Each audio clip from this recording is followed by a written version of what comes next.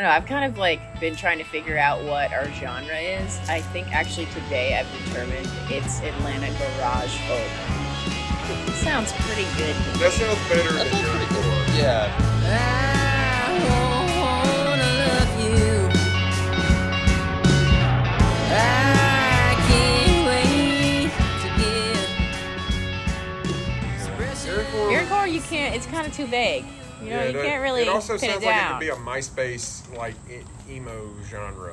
I started the band technically in 2018. It was like a 2-piece, and I always wanted to be in like a traditional like 4-piece style, drums, bass, guitar, vocals sort of band. And the members have kind of come and go since then, but man, we got a solid group now. Solid lineup. I would say we've all been playing together for the most part for like a year. And the sound has been what it is with some progressions for maybe like 2-ish, 3 years. So Everyone's different. For sure. I could typify my bandmates quickly. It's like he likes Steely Dan. She likes shoegaze and also like Cocteau Twins. At least this is the stuff we've done. Very eclectic taste outside of that, but that's like the stuff I vibe with you on.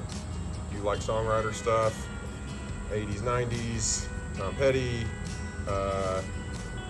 Loggins and Messina, a lot of shit, but also just a lot of different stuff. all over the board. We're just kind of coming to the focal point, and then Davis and I have vibed on both jazz fusion and classic country. And well, we all I have don't pretty know what to say diverse about myself. musical backgrounds, like you're saying. Yeah, I mean, you and I have a big background in jazz, you know what I mean? yeah, So it's, And we him all come from too. different places. Yeah. I mean, Dan has definitely been the like quintessential classic rock guy. He's the dude you grew up with that was like either made you want to practice really hard or like never touch a guitar ever again. He's a big he Larry was Carlton just always voice, that guy, you know? I mean, Larry Carlton is the man. He's a big like sessions guy. I mean, that's like as a drummer. I mean, I guess I could talk about myself as a drummer. It's like Bernard Purdy, James Gadsden, so like old school, like not just pop oriented, but like R&B and funk drummers was like what made me want to start doing it. Like pocket funk drummers, but also half the guys I idolize also played on like the records that we talk about that aren't R&B and funk. You know, Bernard Purdy played on everyone's record. So. And I mean, I grew up listening to classic rock. I'm a huge Tom Petty fan.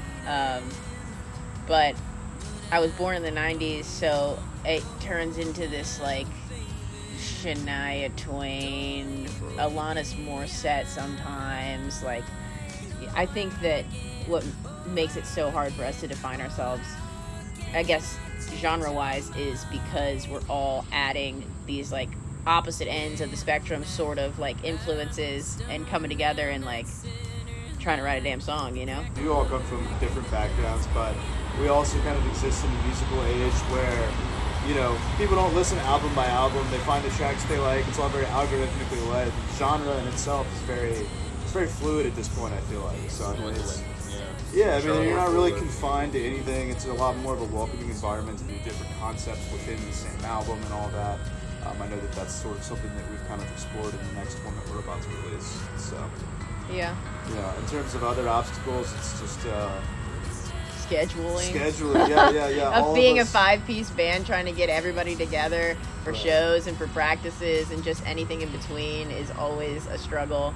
For as long as I've been doing it, it's been, I'll like, you know, mess around on my acoustic at the house and I'll write a melody and some lyrics, and you know that idea may change a little bit throughout, but the bones of it I take to practice and I show these guys, and I'm always really excited to see like the flavor that they add to it, because I could just, you know, the way I write it, it's stripped down, it's singer-songwritery, and I can never really imagine or conceive of how it's going to develop, and the final product is a mystery until I put it in the hands of, you know, 4 incredible players that turn it into something, you know, that's way beyond me. So they bring it on home in that respect. And she pretty much brings us the songs, and we make the arrangements and figure out how we want it to sound together.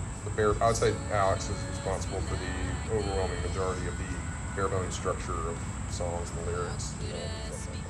I mean, it's departmentalized as well. You know what I is. mean? It's like I think a lot of times bass is kind of a first element to really incorporate it, and I think Beth adds a lot of really crucial infrastructure for us, and a lot of really cool melodic accessibility, which then Dan and I, who have been thick as thieves for over a decade now, we'll get together on our own time, figure out how to make that work. If we have any sort of harmonic value, we can melodic value we can add to what's there as a team. There, it's quite nice. It's kind of fun to have it departmentalized in a way.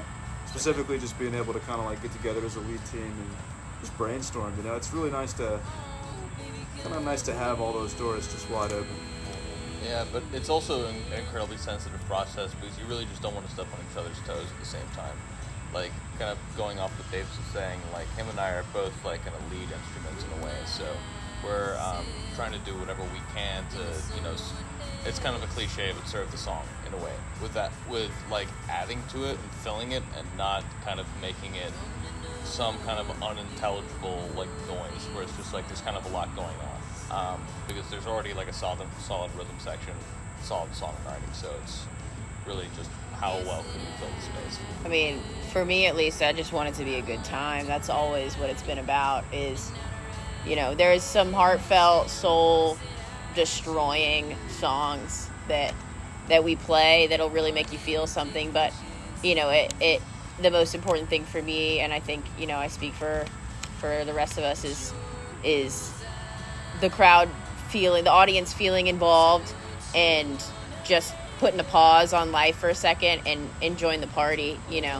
A lot of our music is just a damn good time. So that's kind of the message is, you show up to a y'all show, you're going to have a damn good time.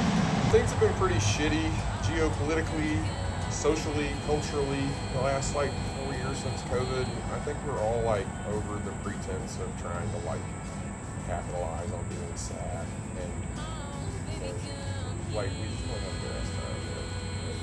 At least that's how I feel. I don't know if I speak for everyone, but that's kind of how I feel. Well, yeah, I mean, the music itself is very heartfelt. The lyricism is very sincere. But I mean, a lot of it is very kind of upbeat and brings a lot of energy. It's got its ebbs and flows. It's very human.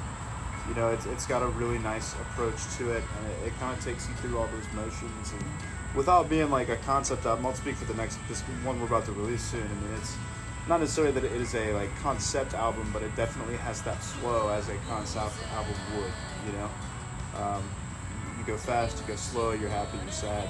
It's all part of the experience, And the songs that we play and what's going to be on this next album, I like to kind of think of them as kind of narratives of an individual's perspective and a very, very flawed existence, like everyone else, which kind of goes off of the comment that Davis made about it being very human, very relatable as well. It's great music to play, it's fun to listen to, and it's really awesome to see live. The quote that has resonated throughout all the iterations of the band that I've been in, there's been 4 at this point that I've been in, is I pretty much just shit songs. That's a direct quote. About 5,000 times. And some of them are throwaways, but when they come together quick, and I feel bad, just always hoping that these people can keep up with me, but we do have a record coming out on October 5th. It's probably some of the best writing I've ever done. It's definitely the best record, I've ever been a part of. It sounds incredible. We got a single coming out on August 17th, just a little taste of the full album, and we're headed out on tour and try and bring the party across the Southeast. But yeah, I'm super excited about it. I know we've all put so much work, blood, sweat, tears into this thing, and it's always easier in theory than it is actually doing it, but it's turned out, and I'm grateful to do it with these people. So we're hitting a stride together, Yeah.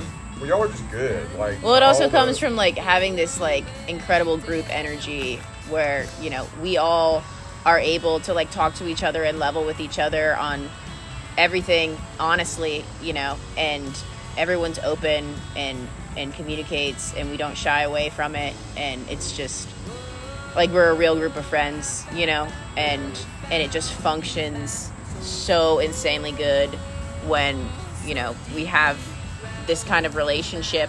Like the band, sure, it's a job, you can treat it like that, but having these relationships also intertwined with it, it makes it so much more fun, enjoyable, easier, you know, it feels worthwhile. It's all I want to do. So this is y'all. Come to the Y'all Show and go Braves. Go.